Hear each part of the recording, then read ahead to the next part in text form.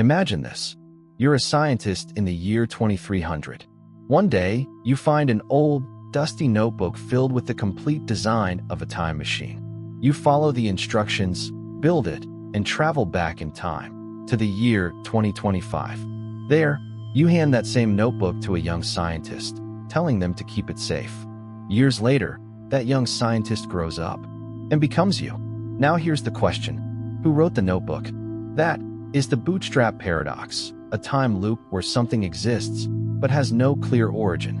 What is the Bootstrap Paradox?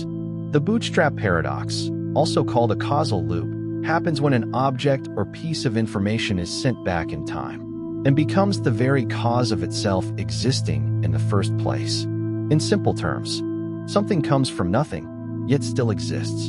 The name bootstrap comes from an old phrase, pulling yourself up by your bootstraps. It means doing something impossible, lifting yourself off the ground by pulling on your own shoes. And that's exactly what happens here. The paradox pulls itself into existence. A classic example. Let's say a famous musician in the future, let's call him Alex, loves a song called The Traveler's Melody. It's a timeless masterpiece that inspired generations. One day, Alex travels back in time, bringing the sheet music with him. He gives it to a struggling composer in the past, the very person who, history says, wrote it first. That composer publishes the song, it becomes famous, and years later, Alex hears it again. The same song he once gave away. Now, who actually created the song? Alex? Or the composer? It's a loop with no beginning. The song exists, but it was never truly composed by anyone. The philosophy behind it. Philosophers and scientists love the Bootstrap Paradox because it challenges one of our deepest beliefs, that everything must have a cause. In our daily lives, things make sense because they follow a timeline. First, something happens, then something else follows. Cause and effect, action and reaction. But in the Bootstrap Paradox, time folds in on itself. The cause becomes the effect, and the effect becomes the cause. It's like a snake eating its own tail, endless, circular, and self-contained. A perfect loop. Real-life thought experiments. Let's take a real-world scenario. Imagine a scientist builds a time machine and goes back to meet Albert Einstein. He explains Einstein's own theory of relativity before Einstein ever discovered it. Einstein publishes the theory, and it becomes famous. Years later, that same scientist learns it from Einstein's papers and eventually travels back to tell Einstein about it. So, where did the idea actually come from? Nowhere. It simply exists in a timeless loop. This is what makes the Bootstrap Paradox so mysterious. It breaks our understanding of how knowledge, objects, and even existence can begin. The Bootstrap Paradox isn't just fantasy. It's discussed seriously in physics. According to Einstein's general theory of relativity, time isn't fixed. It can bend, stretch, and even loop under the right conditions.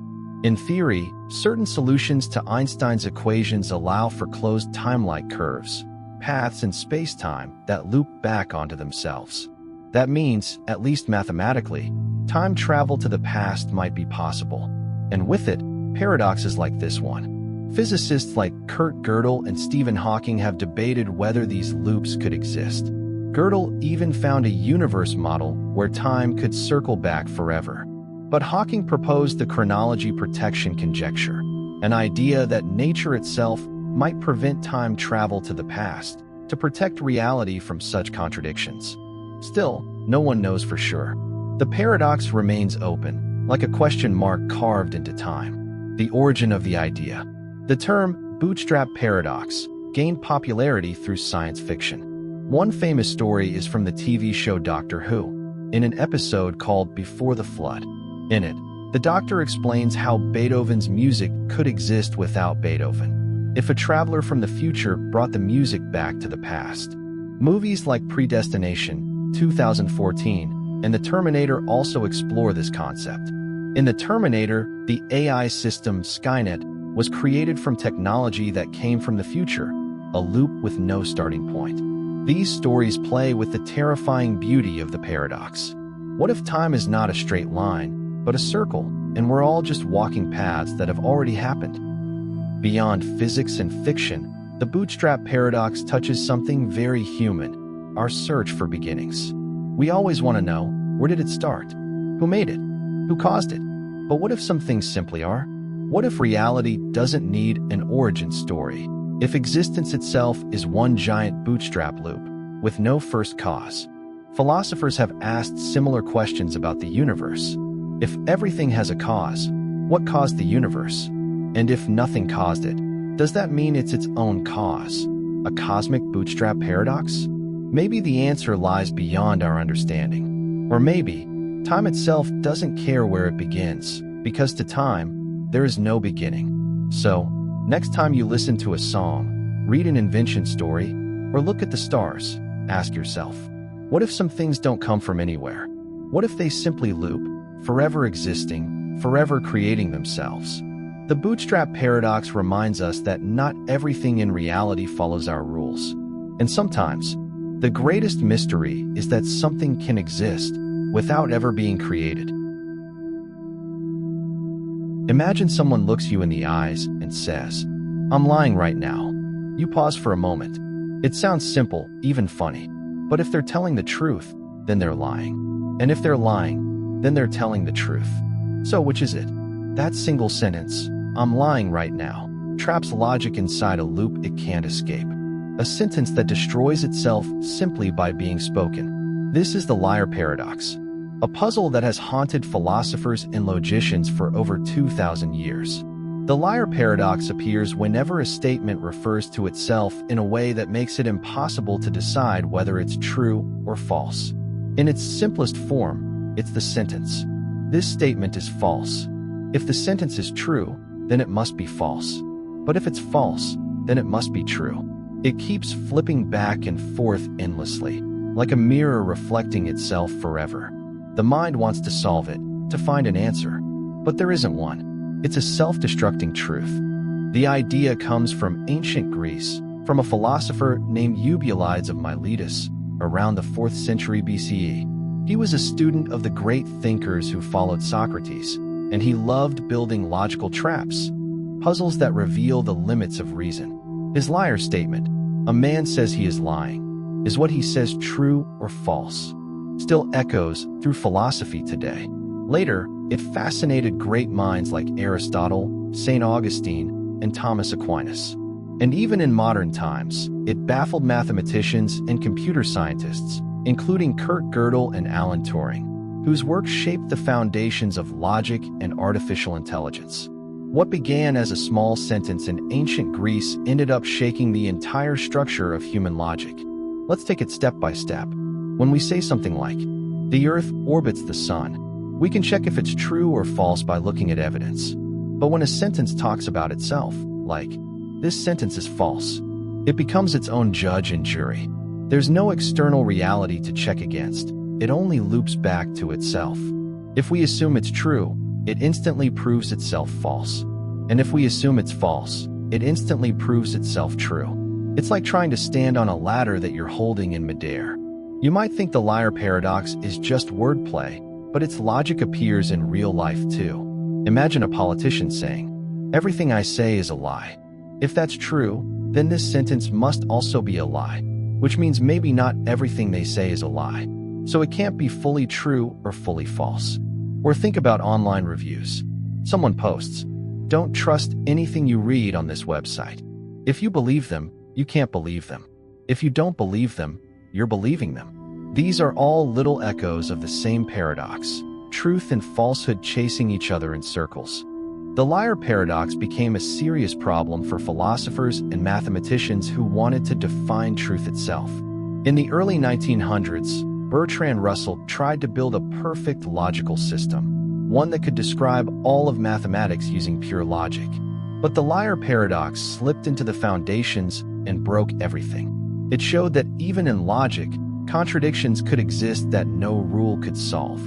Later, Kurt Gödel, one of the most brilliant logicians in history, used a similar idea in his incompleteness theorems. He proved that in any system of logic, there will always be statements that can neither be proven true nor false within that system. In other words, truth itself has boundaries. And the liar paradox was the first whisper of that discovery. Even in computer science, the liar paradox appears. When a computer program gives a statement like, "This program will never stop running," you face a similar loop. If you try to test it, you might never finish, because the test itself is part of the problem. This is the same idea behind the halting problem, discovered by Alan Turing. Some questions can't be answered not because we don't know enough, but because the question itself breaks the system that's trying to answer it. In this way, the liar paradox isn't just a word puzzle. It's a window into the limits of thought, logic, and even reality. The paradox also holds a mirror up to our human condition. We often speak truths that contain lies, and lies that contain truths. Our minds crave certainty, but life rarely offers any. When someone says, "I always tell the truth," we instinctively know that can't be perfectly real, because humans are full of contradictions. We are living paradoxes ourselves. The liar paradox reminds us that truth isn't always a solid wall. Sometimes, it's a reflection, changing shape depending on where you stand. Think about this. Our entire understanding of the world is built on statements we believe to be true. But if language can trap itself in a paradox, how can we ever be sure that truth is absolute? Maybe truth is not a fixed point, but a balance between what we can know and what we can never know. The liar paradox forces us to confront the boundaries of reason. It whispers that there might always be things that make sense and don't make sense at the same time. In that way, it's not a failure of logic. It's a reflection of existence itself.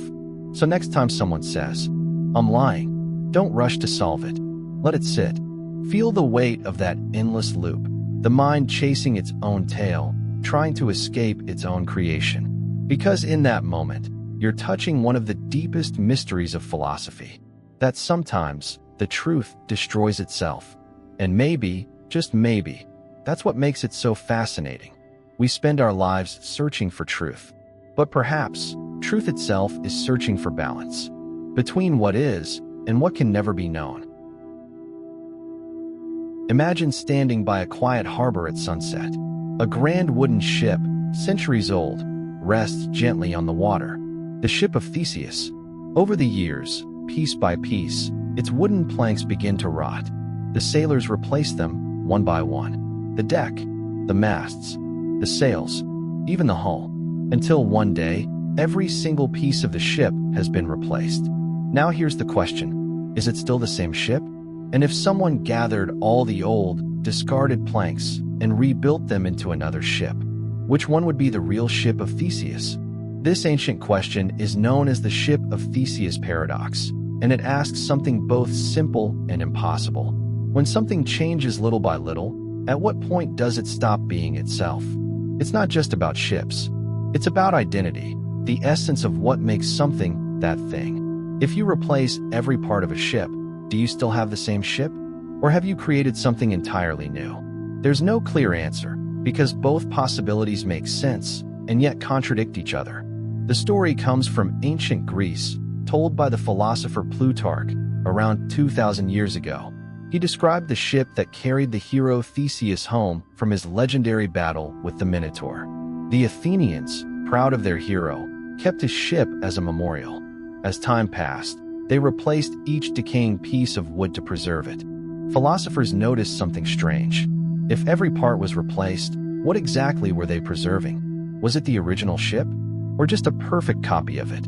This question spread through the centuries, from Heraclitus, who believed everything flows and nothing stays the same, to John Locke and Thomas Hobbes, who used it to discuss personal identity and continuity.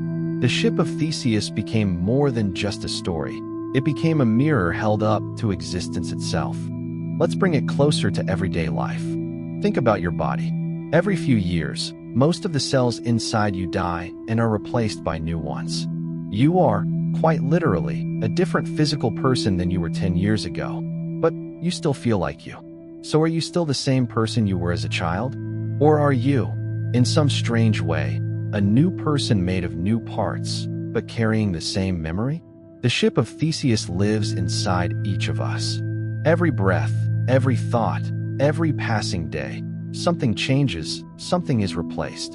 And yet, we still call ourselves the same name. Let's try another version. Imagine your favorite smartphone.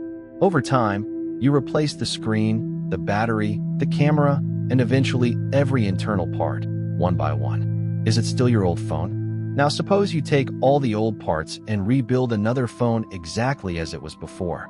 Which phone is the real one? The one that evolved, or the one rebuilt from the past? Our minds twist in circles because both answers feel right and wrong at the same time. That's the beauty of a paradox. It doesn't solve reality, it exposes its complexity. Science, too, struggles with this paradox. In biology, the human body renews itself constantly. Cells in your skin, bones, and organs are replaced through time. Your brain rewires itself through new connections every day. You are not made of the same atoms as when you were born, yet your identity continues. Physicists might say that even atoms aren't stable objects. They're clouds of energy, constantly moving, exchanging particles with the world around them. So, the boundaries between you and the universe aren't as fixed as they seem. The ship of Theseus isn't just a puzzle. It's a reminder that change is part of being. Philosophers have debated two main ways to see this. 1. The identity view. Some say that as long as something continues its existence gradually, it remains the same thing. Like a river, always flowing, never the same water, but still called the same river. 2. The material view. Others argue that if you replace every part, it's no longer the same object. It's a replica, even if it looks identical. But maybe identity doesn't live in materials or structure at all. Maybe it lives in continuity, the story we tell ourselves about it. The ship is the same because the people who cared for it believed it was. And in the same way, we are who we are because we remember being ourselves. Memory becomes the glue that holds the fragments of existence together. Philosophers have debated two main ways to see this. 1. The identity view. Some say that as long as something continues its existence gradually, it remains the same thing. Like a river, always flowing, never the same water, but still called the same river. 2. The material view. Others argue that if you replace every part, it's no longer the same object. It's a replica, even if it looks identical. But maybe identity doesn't live in materials or structure at all. Maybe it lives in continuity, the story we tell ourselves about it. The ship is the same because the people who cared for it believed it was. And in the same way, we are who we are because we remember being ourselves. Memory becomes the glue that holds the fragments of existence together. Today, we can see the paradox everywhere, in technology, in AI, in cloning. If we could copy every atom of a person, every thought, and every memory, and upload it into a machine, would that digital version still be them? Or just a perfect illusion? If the copy feels pain, loves, remembers, how can we say it isn't real? The ship of Theseus comes alive again in the age of digital consciousness, where humans may soon be able to replace not just parts of the body, but pieces of the mind. So what's the answer? Is the ship of Theseus still the same ship after every part has been replaced? Maybe it is. Maybe it isn't. Maybe the question itself reveals that identity isn't fixed, it's fluid. We, too, are ships sailing through time, replacing our parts, rewriting our stories. And yet, somewhere in all that change, there is a thread of continuity, a quiet voice that whispers, "I am still me." Perhaps that's what Theseus's ship really represents. Not the struggle to hold on to sameness, but the beauty of changing while still remaining whole. Everything in the universe is rebuilding itself, slowly, silently, endlessly. The ship of Theseus sails not just through the sea, but through every moment of existence. And maybe the real paradox is that in order to stay the same, everything must first change. Imagine this. You're sitting in a quiet room, and someone places a strange machine in front of you. It's connected to a quantum particle, a particle that can be in two possible states, one safe and one deadly. If the particle collapses one way, nothing happens. But if it collapses the other way, you die instantly. You press the button. You hear a click. You're still alive. So you press it again. Click. Still alive. Again. Click. Still here. No matter how many times you press it, you never die. To everyone else, you might have perished long ago. But to you, there is always another universe, another branch of reality, where you survive. This is the haunting idea known as quantum immortality, a paradox born from the mysterious world of quantum physics. To understand it, we first need to look at something called the many-worlds interpretation of quantum mechanics. In simple terms, it says that every time a quantum event occurs, every time something has more than one possible outcome, the universe splits. One version continues with this result, and another version continues with that result. Every possibility happens somewhere. Every flip of a coin, every choice, every breath, creates a new branch of reality. And within those countless branches, there's always at least one, where you survive. So in theory, your conscious experience never encounters death. You only ever find yourself in the version of reality where you remain alive. That's the unsettling logic of quantum immortality. The idea comes from a thought experiment called the quantum suicide experiment, proposed in the 1980s by physicist Hugh Everett's followers, after Everett introduced the many-worlds theory in 1957. Imagine a scientist, curious, brave, maybe a little reckless, builds a machine connected to a quantum event. Every time the event occurs, there's a 50% chance it fires a bullet and a 50% chance it doesn't. From an outside perspective, each time the scientist pulls the trigger, the universe splits. In one branch, he dies instantly. In another, he lives and remembers surviving yet another impossible test. From his perspective, he never experiences death. He's always the version that continues. To him, it feels like he's immortal. The paradox lies in perspective. From the outside, you can clearly see what's happening. Many versions of you exist, and most of them eventually die.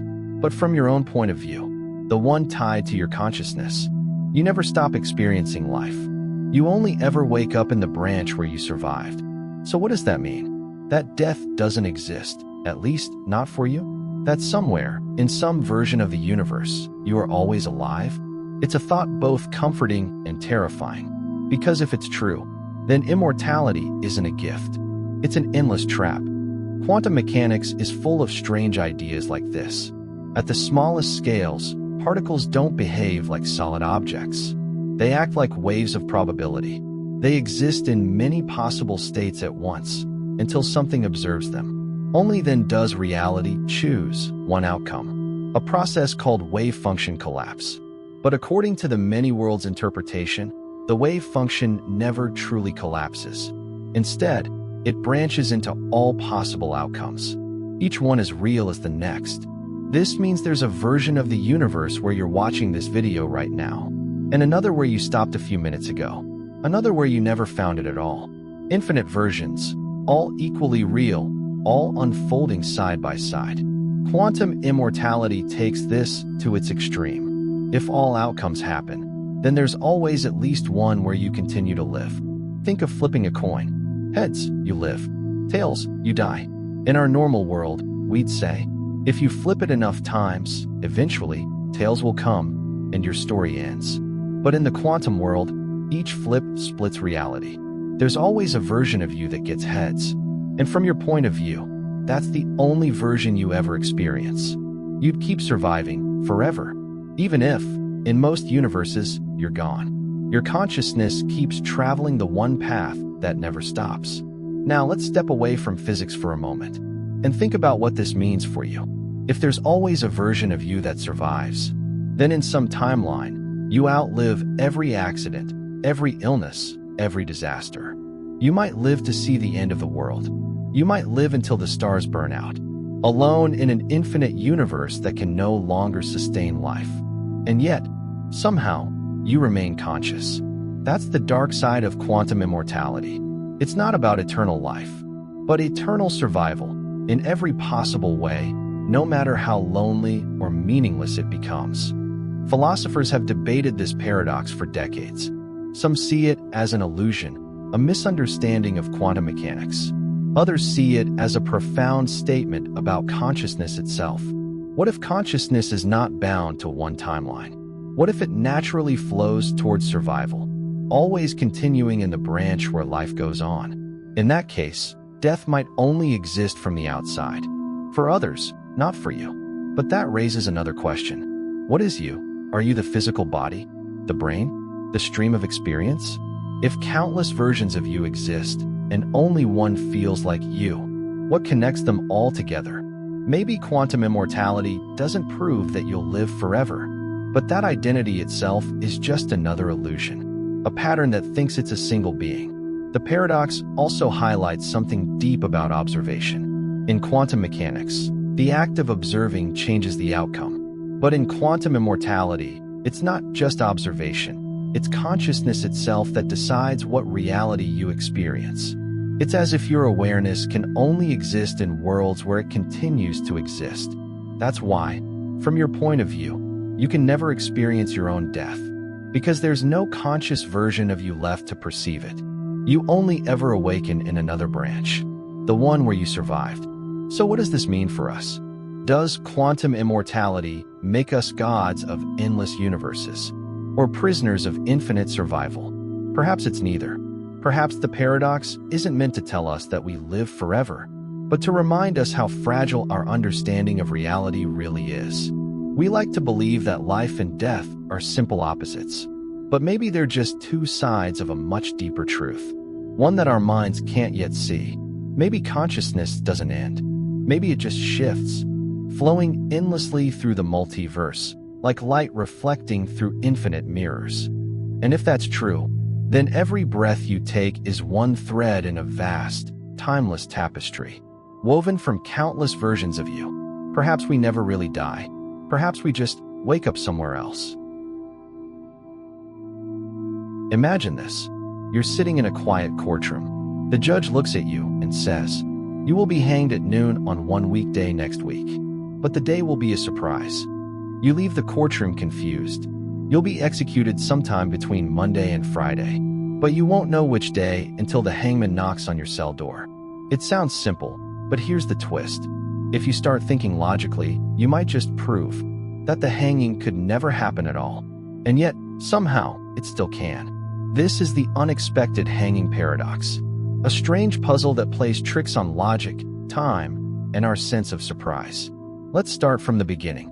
A prisoner is told by the judge, "You will be hanged at noon on one weekday next week," but it will come as a surprise to you.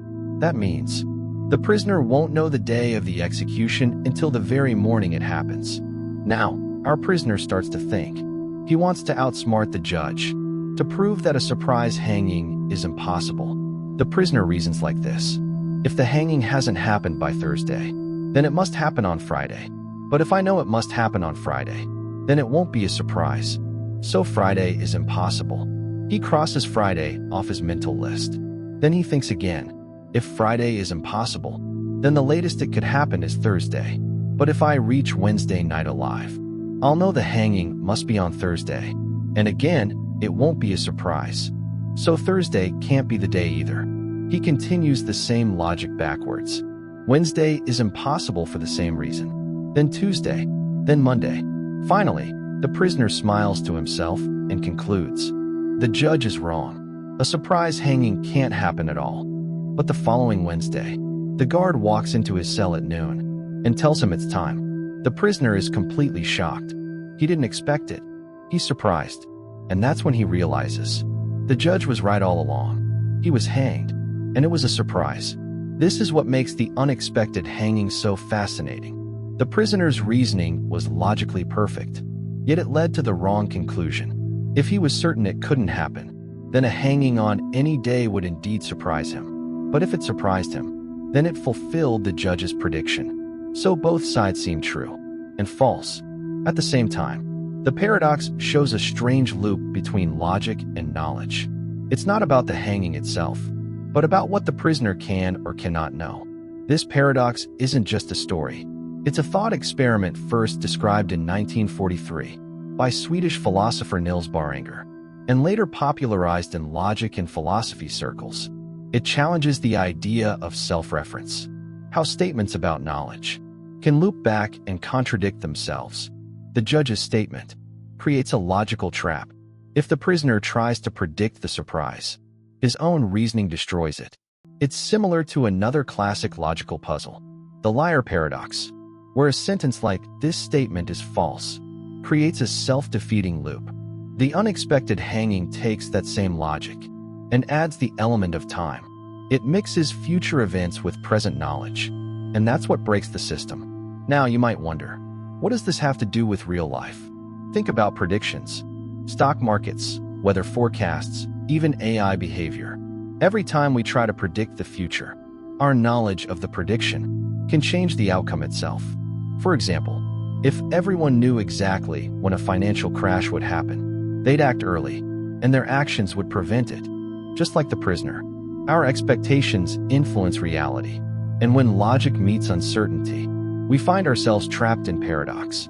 There's also something deeply human about this paradox. We like to think we can control the unknown, that by thinking hard enough, we can outsmart fate. But sometimes, the universe smiles back and surprises us anyway. The prisoner's story is a reflection of how knowledge itself can be both a gift and a limitation. Too much logic, and we lose the mystery of life. Too little, and we walk blindly into it. The balance between knowing and not knowing is what makes our lives meaningful and unpredictable. Philosophers and logicians have debated this paradox for decades. Some say it exposes the limits of logical reasoning, that human logic isn't always suited to handle self-referential statements.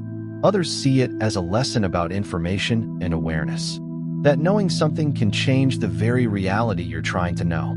It even connects to quantum mechanics, where observation changes what's being observed. Just like the prisoner's awareness changes the meaning of surprise, our act of measuring particles changes how they behave. In a strange way, the paradox reveals how knowledge itself bends reality.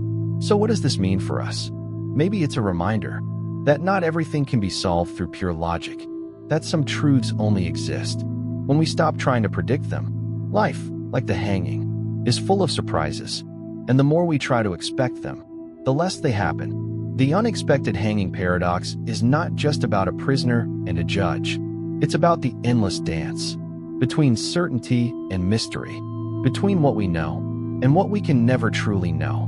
Maybe that's the secret of existence, that the universe always finds a way to surprise us. And when it does, it reminds us that we are still alive, still learning, still curious. The paradox isn't a failure of logic. It's a mirror, showing us the beauty of not knowing everything. Because sometimes, the greatest truths come as a surprise. Imagine standing in front of a supermarket shelf. There are 20 different kinds of cereal. Each box promises something special: more fiber, better taste, fewer calories. You pick one, but as you walk away, you start to wonder if maybe you should have chosen the other one. That small doubt, that quiet whisper of "what if," is the heart of one of the strangest modern puzzles of human behavior. It's called the paradox of choice. The idea that the more choices we have, the less satisfied we become. We often think that having choices means having freedom. More options, more control, more happiness. It sounds obvious, right? After all, we live in a world that celebrates choice. You can choose your phone, your job, your clothes, even what kind of life you want to live. But here's the paradox.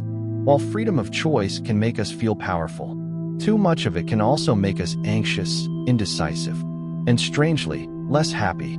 Let's picture a simple experiment. In the early 2000s, psychologist Barry Schwartz and his colleagues set up 2 tasting tables at a grocery store. One offered 6 types of jam, and the other offered 24. The table with 24 jams attracted more people. Everyone loves a big selection. But when it came to actually buying, something surprising happened. People who saw only 6 jams were 10 times more likely to buy one. When the options were too many, most people walked away without choosing anything. Why? Because their minds froze. They began to fear making the wrong choice. This tiny moment of hesitation shows how our brains react when we're overwhelmed by options. The paradox of choice says that every new option doesn't just give us opportunity, it also gives us responsibility. Each time we make a decision, we carry the burden of wondering, was that the best one? We begin to compare, to imagine, to regret. Let's say you're choosing what to watch tonight. You scroll through hundreds of shows on Netflix. You can't decide because every time you pick one, you remember another that might be better. So you keep scrolling and scrolling until you give up and watch nothing at all. That's the paradox of choice in everyday life. The more we can do, the harder it becomes to do anything at all. Barry Schwartz, the man who gave this paradox its name, divided people into two kinds of decision makers: satisficers and maximizers. Satisficers are people who make a decision as soon as they find something good enough. They're content with what works. Maximizers, on the other hand, want the absolute best. They compare, analyze, and evaluate every option. And while maximizers might make objectively better choices, they often feel worse about them. Because once the choice is made, their minds keep spinning. What if I miss something better?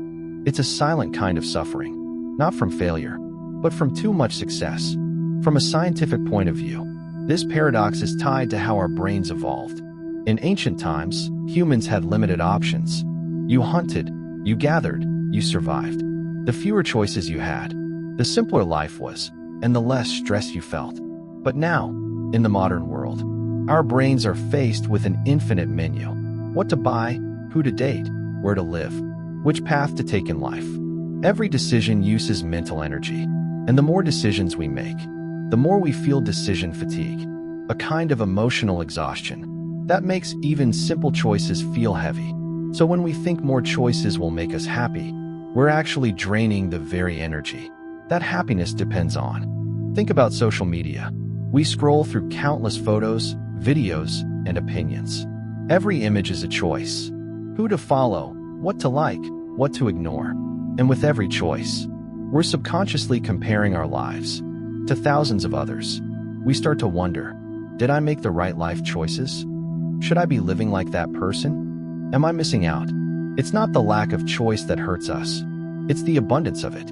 Our minds were never built to process endless options. They were built to find meaning in a few. Philosophically, the paradox of choice connects to the question of freedom versus happiness. The Danish philosopher Søren Kierkegaard once wrote, "Anxiety is the dizziness of freedom." What he meant is that the more freedom we have, the more uncertain we become. When everything is possible, nothing feels certain. And when nothing feels certain, we start to lose our peace. True happiness, then, might not come from endless freedom, but from meaningful limits. The ability to say, this is enough. This is what I choose. This is mine. In today's world, we're constantly told to keep our options open, to never settle, to always look for something better. But maybe that's why so many of us feel lost. When everything is possible, we stop knowing what we actually want. We've turned choice into an obsession. And yet, we're never more free than when we commit to something or someone fully, to love one person, to choose one path, to accept one moment. Isn't limitation, it's liberation. Because when we stop chasing every possible world, we finally get to live in this one. So, how do we live with this paradox? The answer isn't to eliminate choice. It's to simplify, to know what truly matters, and to let go of what doesn't. Choose your priorities, set your boundaries, and understand that perfection is just another illusion of the mind. Sometimes, good enough is the happiest choice of all. The paradox of choice teaches us something profound, that happiness doesn't always grow with freedom. Sometimes, it grows with focus.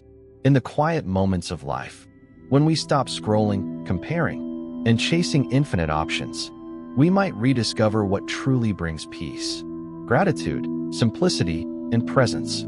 Because when everything is possible, we lose the meaning of what's real. But when we choose something and give ourselves to it, we make that choice alive. And in that quiet certainty, in that gentle acceptance of enough, we find something far greater than happiness. We find peace. Imagine a world where everyone is free to speak their mind, to believe what they want, to live however they choose. It sounds like a peaceful world, doesn't it? A world built on tolerance. The idea that we should accept and respect all views, even if we don't agree with them. But what happens when someone uses that same freedom to spread hate, violence, or intolerance itself? Should we tolerate the intolerant? Or, by doing so, do we end up destroying tolerance altogether? This strange and unsettling question is known as the paradox of tolerance. It asks, can a truly tolerant society survive if it gives freedom to those who wish to destroy that freedom? Let's start simple. Tolerance means allowing others to think and live differently from us. It's about openness, acceptance, and understanding. But here's where the paradox begins. If a tolerant society tolerates everything, even intolerance, then people who are intolerant can rise, gain power, and eventually destroy the very tolerance that protected them. So to stay tolerant, we must be intolerant of intolerance. And that sounds confusing, even contradictory. But it's the delicate balance that every free society must face. This paradox was first described by Karl Popper, an Austrian-British philosopher, in 1945, in his famous book, The Open Society and Its Enemies.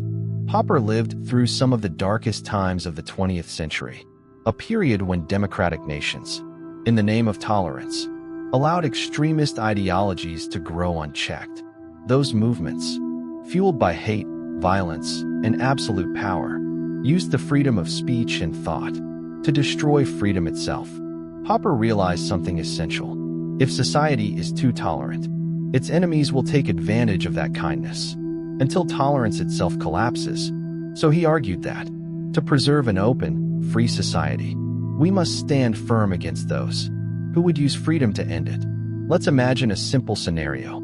You're running a small community where everyone is welcome. People can share ideas, debate, and live peacefully. But one day, a group arrives and starts spreading messages of hate, attacking others for their beliefs, demanding that certain voices be silenced. If you allow them complete freedom to continue, eventually, fear spreads. People stop speaking. Tolerance fades. Your once peaceful community becomes dominated by those who reject tolerance. In trying to be open to everyone, you've allowed intolerance to destroy openness itself. This is the tolerance paradox in action. We see echoes of this paradox everywhere today, in politics, social media, and global culture. Online, anyone can share their opinions, which is beautiful and dangerous at the same time. Free speech allows truth to flourish, but it also gives space for lies, hate, and disinformation to spread. So, where should we draw the line? Do we let every voice speak freely, no matter how destructive? Or do we censor some voices to protect the harmony of the whole? Both paths have consequences. Silence too many voices, and you lose freedom. Allow every voice, and freedom can destroy itself. It's a paradox with no simple solution, only balance. On a personal level, the tolerance paradox isn't just about politics. It's about everyday relationships and communities.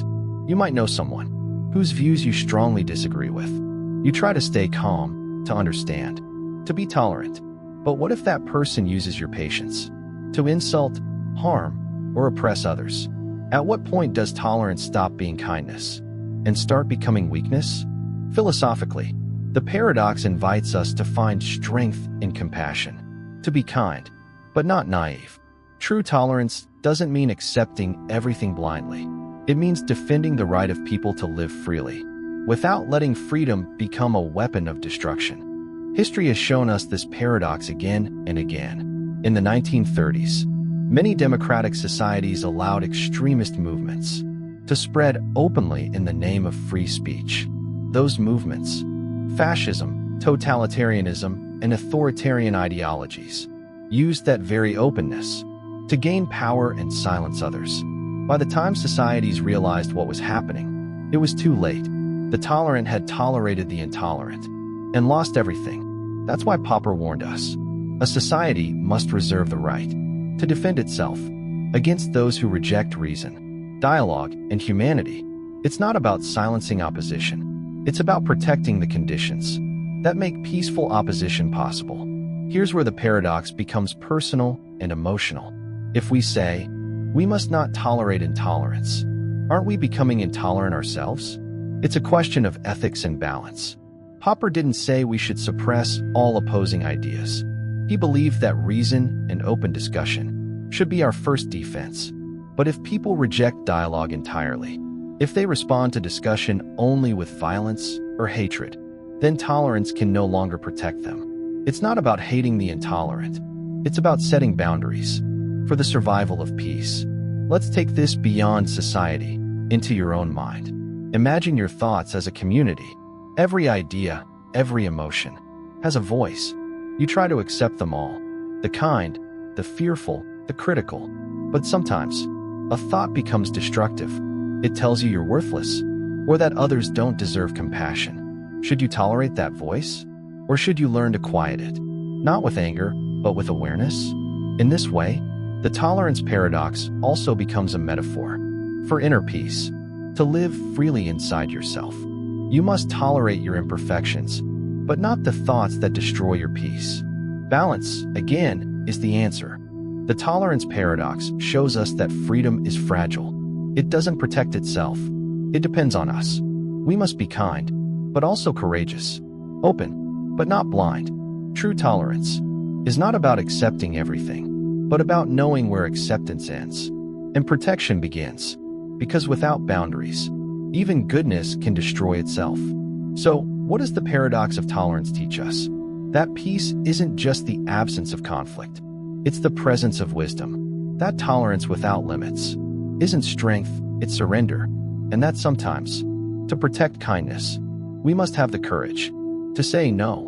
A society or a soul that stands for everything will eventually fall for anything, but one that stands for compassion, reason, and truth, even when it's difficult, will endure.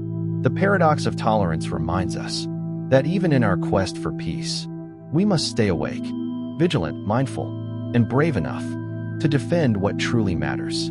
Because tolerance, without the strength to protect itself, is no longer tolerance at all.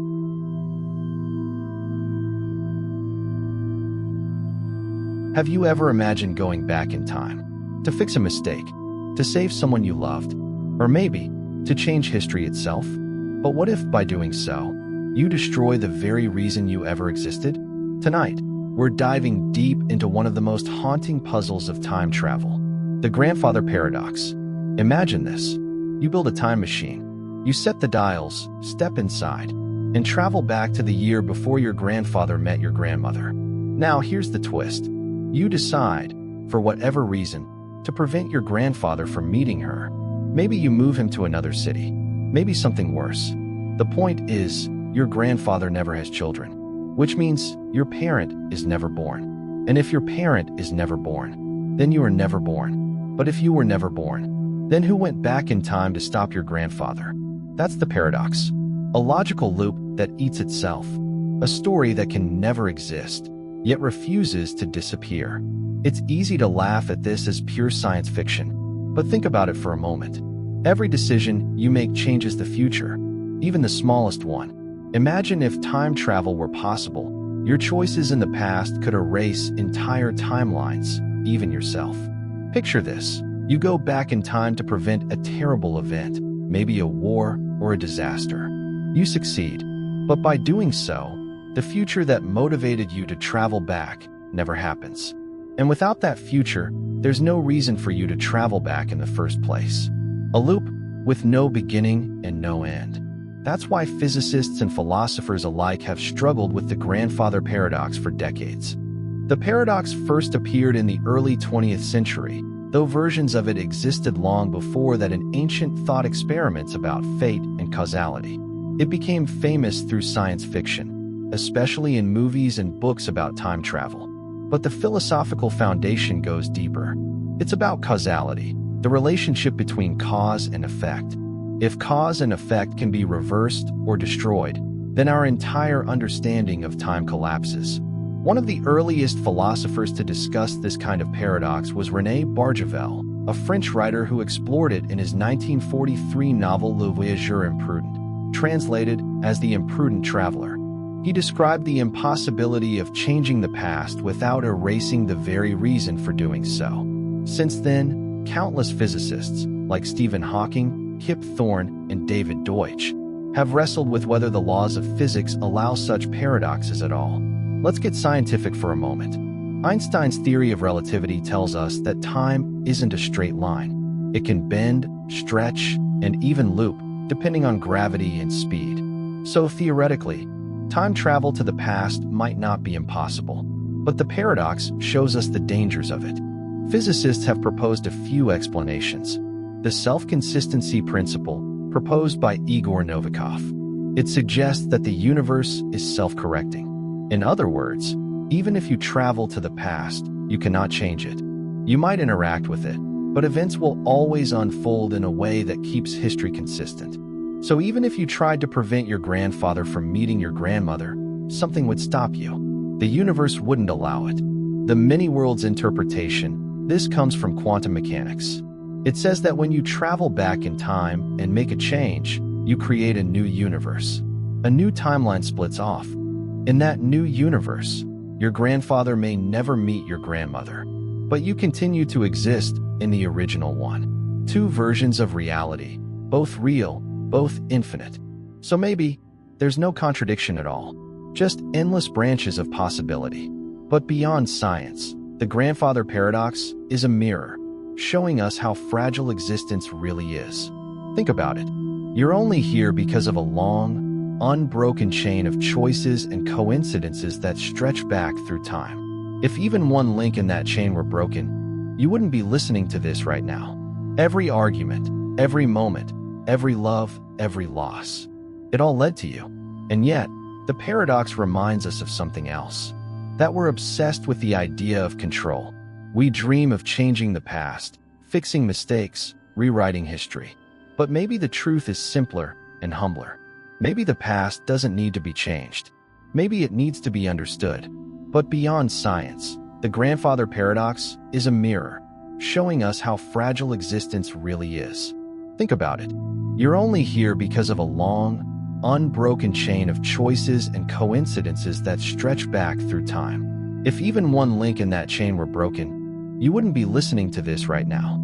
Every argument, every moment, every love, every loss, it all led to you. And yet, the paradox reminds us of something else. That we're obsessed with the idea of control. We dream of changing the past, fixing mistakes, rewriting history. But maybe the truth is simpler and humbler. Maybe the past doesn't need to be changed. Maybe it needs to be understood. Imagine this. You're standing by a quiet river. The air is still, the water ripples softly, and then, out of nowhere, a crocodile emerges from the depths and snatches your child. The crocodile looks at you calmly and says, "If you can correctly predict whether I will return your child or not, then I will do exactly as you say. But if you're wrong, I'll keep the child forever." What would you say? Would you say he'll return your child, or that he won't? Either way, the logic collapses into chaos. This is the crocodile paradox, a puzzle that swallows itself whole, where truth and falsehood twist until they're indistinguishable. Let's break it down simply. In this ancient paradox, a crocodile kidnaps a child and gives the parent a strange deal. If you can guess correctly what I'll do, I'll obey your prediction. Now imagine the parent says, "You will not return my child." Now, the crocodile faces a problem. If the crocodile decides not to return the child, then the parent's prediction was correct.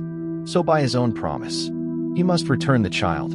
But if he does return the child, then the parent's prediction was wrong, which means he should not have returned the child. So, no matter what the crocodile does, he breaks his own logic. It's a loop, a trap built from pure reasoning, and there's no way out. At first glance, it sounds like a riddle, but it's actually a deep philosophical problem. It's not just about a crocodile. It's about self-reference and contradiction. The moment something refers to itself in a rule, like, "I will do whatever you predict," it opens a door for paradox. It's like the famous liar paradox, where someone says, "This statement is false. If it's true, then it must be false. If it's false, then it must be true." The crocodile paradox uses the same trick, but wraps it in a story that feels emotional and urgent. It's logic meeting morality, and both get tangled in each other's teeth. Let's bring it closer to real life. Think about times when promises or systems contradict themselves. For example, imagine a government says, "We will only enforce laws that people agree with." But people disagree on which laws are right. So, which version of justice do they follow? Or picture an AI programmed to always follow human orders. But a human says, "Ignore this command." If the AI obeys, it disobeys. If it disobeys, it obeys. These are real-world echoes of the crocodile's trap, where logic turns on itself. It shows how even our smartest rules can collapse when they depend on prediction, truth, or self-reference. The crocodile paradox dates back to ancient Greece. It's one of the earliest sophisms, logical puzzles used by philosophers known as the sophists.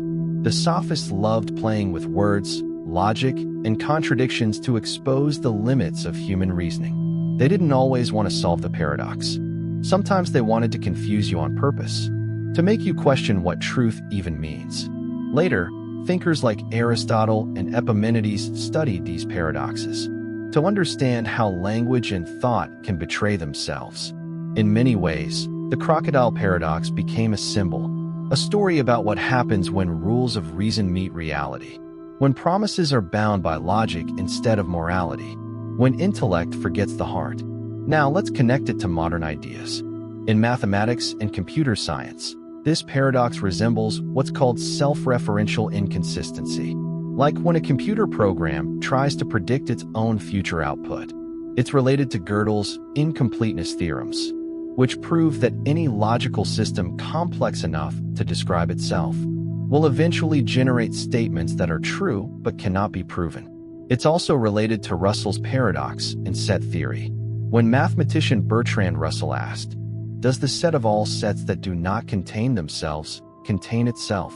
That question shattered the foundations of early mathematics and led to entirely new branches of logic.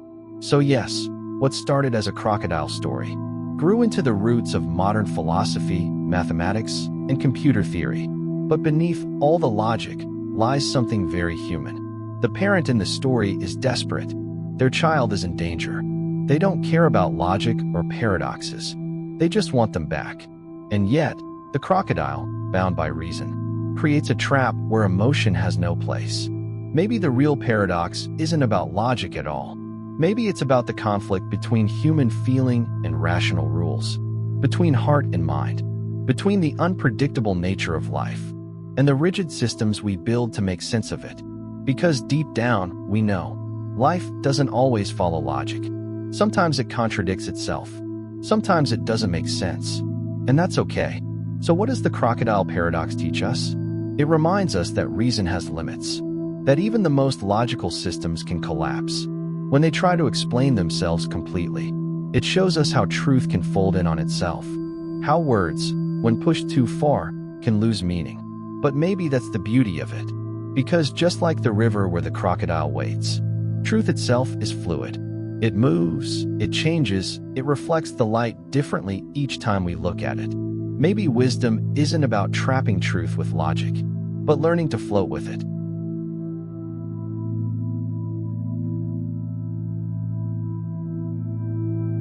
Have you ever felt like everyone around you seems to have more friends, more followers, or a busier social life than you do?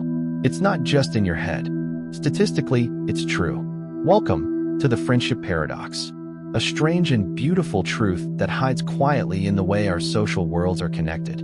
A paradox that makes you realize how your perspective can be mathematically deceiving, and how even in friendship, reality is not always what it seems. Let's start with the idea itself. The friendship paradox says this: on average, your friends have more friends than you do. Sounds impossible, right? But it's real. And it happens because of how networks, like friendships, social media, or connections, are structured. Imagine a school where some students are very social. They have lots of friends. Others are more quiet, maybe just one or two. Now, if you pick a random student, that's one kind of sample. But if you pick a random friend of a student, you're more likely to land on someone popular, because popular people appear on more friend lists. So statistically, your friends tend to be more connected, simply because they are the ones most likely to show up in other people's networks. It's not a personal flaw. It's mathematics. Let's picture it like this. Say there are 5 people at a party. Anna, Ben, Claire, David, and Emma. Anna is shy. She knows only one person. Ben knows 2. Claire knows 3. David knows 4. And Emma? She's the life of the party. She knows everyone. If you ask, how many friends does the average person have? You'll get a certain number. But if you ask, how many friends do the friends of people have? You'll get a higher number. Because Emma, the popular one, appears again and again in other people's friend circles. It's like the stars in the night sky. Some shine brighter, not because they're closer, but because they're seen from more directions. You can see the friendship paradox in almost every part of life. On social media, your friends often have more followers than you. Because the more connected someone is, the more likely you are to follow them. In universities, your classmates might seem to attend more events or have larger groups. That's because highly social students are visible in more circles. They are, statistically, more likely to be your friend.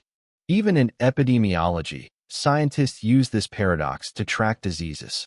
If an illness spreads through social contact, you're more likely to catch it from a person who has many connections, because they interact with more people.